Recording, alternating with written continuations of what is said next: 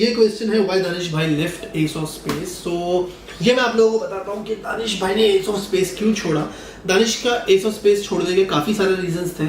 सबसे पहला रीज़न ये था कि दानिश का जो कॉन्ट्रैक्ट था that was for something around 44 या 45 डेज।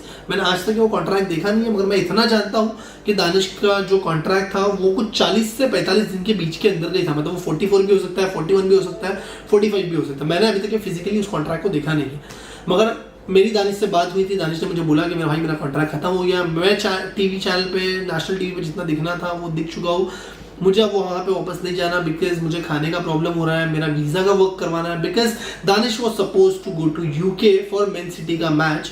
जैसे कि आप लोग जानते हो, जो लोग दानिश को काफ़ी टाइम से फॉलो कर रहे हैं, main city is following Danish on his Instagram, जो अभी आप लोग नहीं देख सकते बिकॉज दानिश का अकाउंट नहीं है। It's been taken down for some security purpose.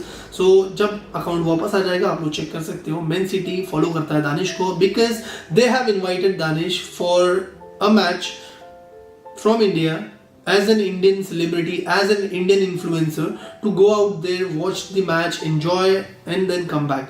मगर दानिश के इंतकाल होने के बाद दानिश वहाँ पे नहीं जा पाया एंड फ्लाइंग बीस्ट गया था वहाँ पे।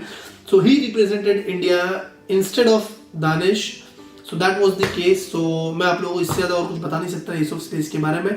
ये थी दानिश की एस ऑफ स्पेस की जर्नी। इट वॉज टोटली दानिश का decision to come out of Ace of space.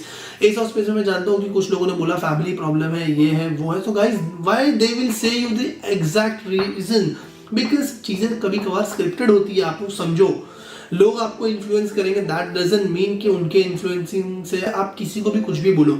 अगर कल को आगे किसी ने बोल दिया तुम्हारे माँ बाप ऐसे हैं, तो आप आपके माँ बाप को गाली दोगे? नहीं दोगे, राइट? आप सोचोगे, समझोगे, तो आप समझो उस चीज को।